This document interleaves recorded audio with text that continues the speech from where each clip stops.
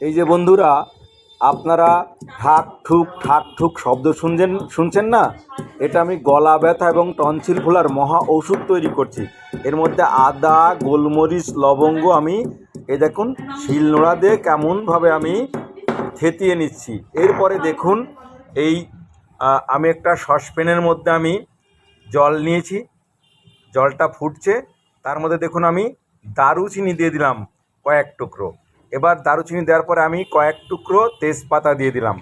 এবার তেজপাতা দেওয়ার পরে একটু ফুটছে, এরপরে আমি কী করলাম, আমি যে ঠাকঠুক করে যে পেস্টটা তৈরি করলাম সেই আদা, লবঙ্গ, গোলমরিচ এর মধ্যে দিলাম। দেখুন কি সুন্দর কালার সঙ্গে সঙ্গে বেরিয়ে আসলো।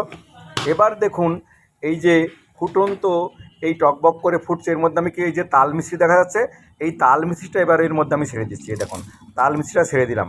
এবার এটা টকবক করে ফুটতে লাগলো। এবার আমি কি করব, দেখুন আমার এই গলা ব্যথার মহা ওষুধ প্রায় তৈরি। এবার আমি স্বাদ মতো একটুখানি লবণ দিয়ে দিলাম এবং দেওয়ার পরে কি করলাম, এটা দেখুন টকবক করে ফুটছে, একদম আমার রেডি হয়ে গেছে। তো এই ফোটার পরে কি করলাম, এই দেখুন আমি আঁচটা আমি এখনই আমি বন্ধ করে দেব। আমার ফোটা কমপ্লিট, আমার ওষুধ তৈরি হয়ে গেছে।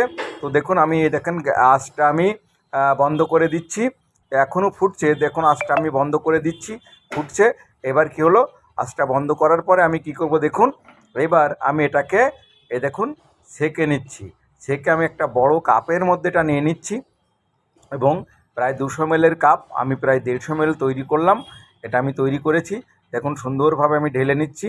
এবার গ্লাসের মধ্যে ঢালছি। এবার কি করব, এটা আমি টুকটুক করে খাবো, সেটা আমি আপনাদের দেখাচ্ছি। তো দেখুন আমার ঢালাটা হয়ে গেছে। এবার দেখুন কি সুন্দর কালার তৈরি হয়েছে, মানে চায়ের কালারও কিন্তু এত সুন্দর আসে না। দেখুন কত সুন্দর কালার বেরিয়েছে। এবার আমি এটাকে কি করছি, দেখুন আমি এটা এবার নিয়ে আমি চলে আসলাম বিছানার পরে। এবারে এসে আমি এটা টুকটুক করে খাচ্ছি, গলায় হালকা হালকা আঁচ লাগছে, খুব সুন্দর লাগছে। এই জন্যে আমি আজ বিগত প্রায় 15-20 দিন ধরে আমার গলায় খুব ব্যথা ছিল এবং টনসিল ফুলেছিল।